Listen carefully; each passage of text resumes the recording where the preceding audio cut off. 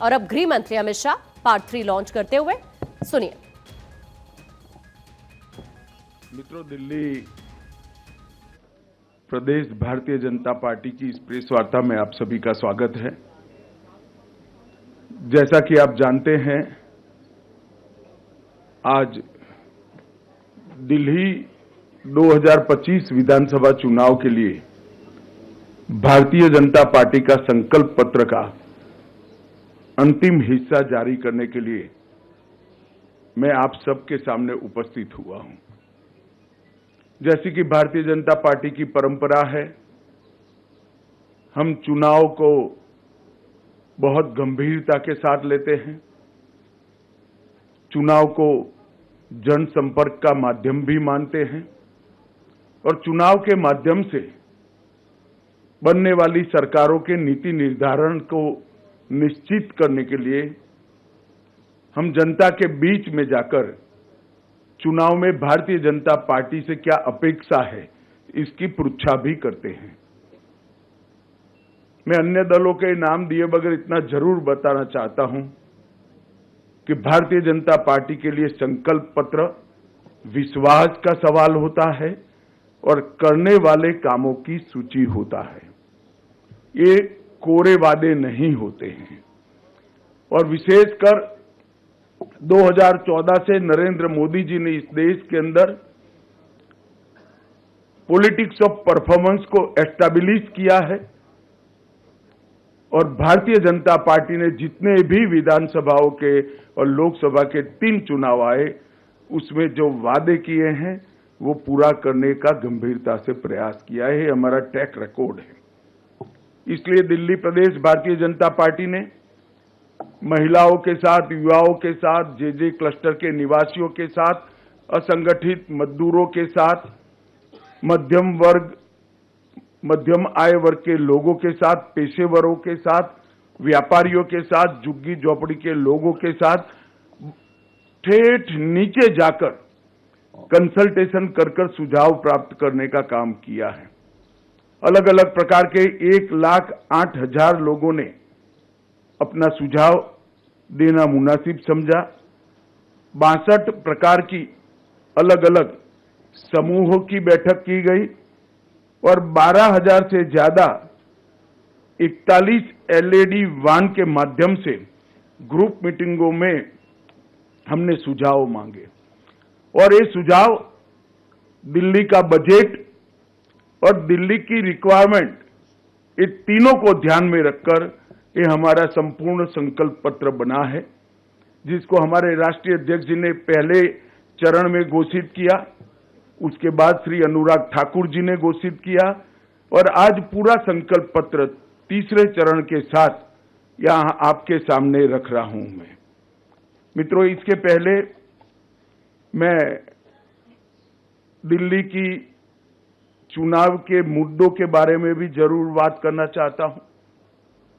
हमने जनता के वादे पूरे न करने वाली सरकारें भी देखी हैं, जनता के वादे पूरे कर विश्वास अर्जित कर चुन के आने वाली भी सरकारें देखी हैं और असमर्थता घोषित करती हुई भी सरकारें देखी हैं। मगर एक ऐसी सरकार श्री केजरीवाल दिल्ली में चला रहे हैं जो वादे करते हैं, पूरे नहीं करते हैं और फिर से झूठ के एक बहुत बड़े पुलिंदे के साथ, भोले से चेहरे के साथ जनता के सामने उपस्थित होते हैं। मेरे राजनीतिक जीवन में मैंने इस प्रकार से सफाई से झूठ बोलने वाला व्यक्ति मेरे जीवन में नहीं देखा है और बोलने में, कठोर शब्द बोलने में मुझे कोई झिझक नहीं है, क्योंकि मैं कन्विंस हूं। मैं इससे कन्विंस हूं, इसलिए मैं कह रहा हूं। ढेर सारे ऐसे वादे इन्होंने किए कि जिनको पूरा करने के लिए इनके पास ना तो समय है, ना इच्छा है, ना संकल्प है। मैं सबसे पहले श्री केजरीवाल को ये याद कराने आया हूं कि इन्होंने कहा था कि मेरी सरकार का कोई मंत्री सरकारी बंगलो नहीं लेंगे और उन्होंने बंगलो लिया। 10 साल से रह रहे हैं, बंगलो लिया तब तक तो ठीक है, 51 करोड़ से ज्यादा खर्च कर 50,000 गज का 4 बंगलों को मर्ज कर एक शीश महल बनाया, जिसमें 6 करोड़ के डिजाइनर मार्बल है, 4 से 6 करोड़ के मोटराइज्ड पर्दे हैं, 70 लाख के ऑटोमेटिक दरवाजे हैं, 16 स्मार्ट टीवी 64 लाख रुपए के हैं, 50 लाख की कालीन बिछाई गई है, सजावटी पिल्लर 36 लाख से सजावट की गई है, रिक्लाइनर सोफा 10 लाख रुपए का है। और ये घर के अंदर रहकर भी आज तक दिल्ली की जनता को इसका जवाब नहीं दे रहे हैं। मैं पूछने आया हूं, अन्ना के आंदोलन से आपने आपकी राजनीतिक पार्टी का जन्म लिया, सादगी का वादा किया था, कहा था ना गाड़ी लेंगे ना बंगला लेंगे, और एक करोड़ों रुपयों का घर बनाकर केजरीवाल जी आप रह रहे हो। इसका दिल्ली की जनता आपसे जवाब मांग रही है। उन्होंने कहा था कि रिहायशी क्षेत्रों से हम शराब की दुकान बंद कर देंगे। केजरीवाल जी, आप रिहायशी क्षेत्र छोड़िए, आपने स्कूलों को नहीं बख्शा, मंदिरों को नहीं बख्शा, गुरुद्वारों को नहीं बख्शा, इसके करीब में दुकान बनाने का लाइसेंस दे दिया, ठेके दे दिए, और हजारों करोड़ रुपए का घपला घोटाला भ्रष्टाचार शराब के अंदर करा है। और इस शराब का घोटाला दिल्ली के शिक्षा मंत्री ने किया है। देश भर में कई घोटाले हुए, मगर मैंने किसी शिक्षा मंत्री को शराब का घोटाला करते हुए नहीं देखा। और जब वो जेल में गए तब मॉरल ग्राउंड पर इस्तीफा देने की जगह गर्व से एज अ मुख्यमंत्री अंदर जेल में भी रहे। मित्रों, उन्होंने कहा था 7 साल में मैं यमुना को एकदम शुद्ध कर दूंगा, लंदन की थेम्स नदी जैसा बना दूंगा। मुझे बरोबर सवाल याद है, उनका बात याद है, और कहा था कि मैं दिल्ली वालों के सामने डुबकी लगाऊंगा। मैं आज केजरीवाल जी को याद कराने आया हूं, केजरीवाल जी, दिल्ली की जनता आपकी वो विश्व प्रसिद्ध डुबकी की राह देख रही है, कब आप लगाओगे। और अगर यमुना जी में नहीं लगानी है तो कुंभ चल रहा है, वहां जाकर डुबकी लगा दो, तो कम से कम झूठ बोलने के आपके जो पाप है वो धुल जाएंगे। दिल्ली को फ्री क्लिनिक और अस्पतालों का मॉडल देंगे। इसकी जगह मोहल्ला क्लिनिक नाम का एक नया चीज बनाकर उन्होंने दिल्ली वालों को ठगने का काम किया है।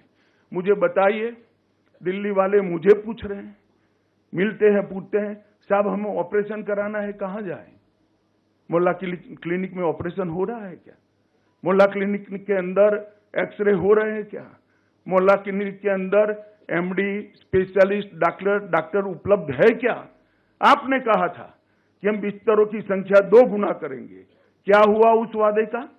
और मोहल्ला क्लिनिक के अंदर भी झूठ मूठ के मेडिकल टेस्ट करवाकर घोटाला करने का काम किया, और मोहल्ला क्लिनिक के नाम पर आप अस्पतालों के, मॉडल अस्पतालों के वादे से मुकर गए।